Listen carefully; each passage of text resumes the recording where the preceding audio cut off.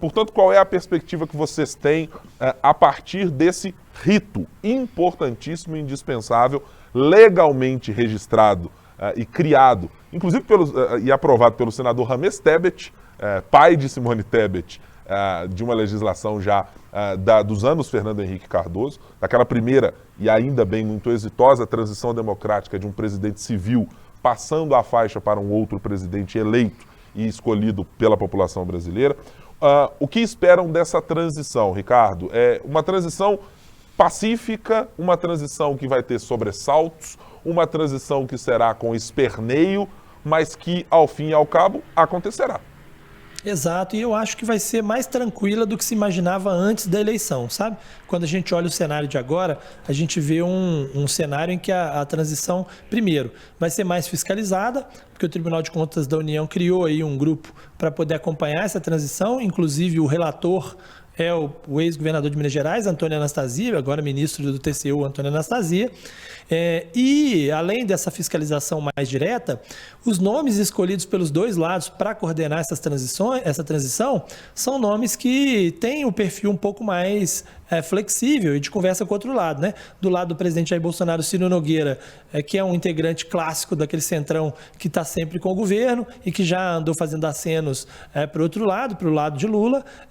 Então, o Ciro Nogueira faz essa transição muito bem, porque esteve ao lado de Lula durante muito tempo, e do lado de Lula, Alckmin, né, que esteve na oposição ao PT durante muito tempo, ou seja, também conversando bastante com os grupos que hoje apoiam o governo e que ainda não desembarcaram do governo. Então, me parece que isso ajuda a essa transição, Ciro Nogueira de um lado e Alckmin de outro, e essa fiscalização do TCU também. Então, acabo esperando uma transição mais tranquila.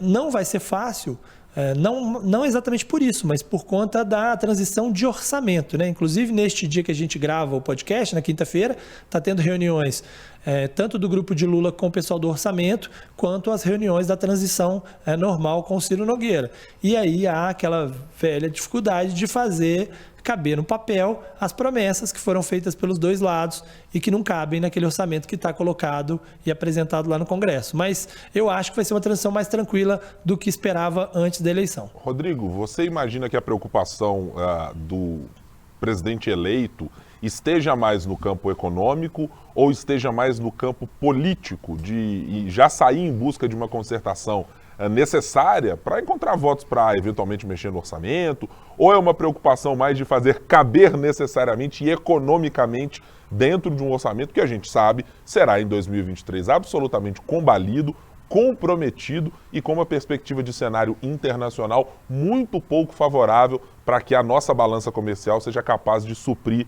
todas essas dificuldades que foram criadas nesse ano de 2022?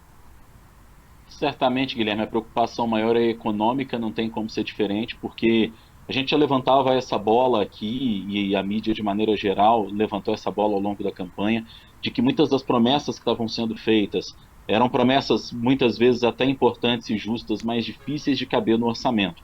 E essa parte política, ela, em relação a Lula, eu acho que ela é absolutamente tranquila. Ele é um político dos mais habilidosos para lidar com a diferença. Eu penso que, inclusive, esse resultado, apertado como foi, reforçou nele a ideia, a sensação e até mesmo a convicção de que o governo dele precisa ser um governo mais ao centro do que é o governo, como você costuma dizer, de uma grande concertação nacional, evidentemente.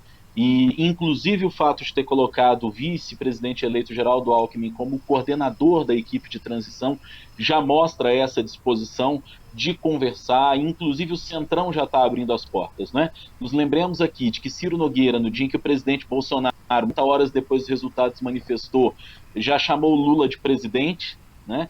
Uma coisa que a gente não ouviu e não vai ouvir o atual presidente Jair Bolsonaro falar.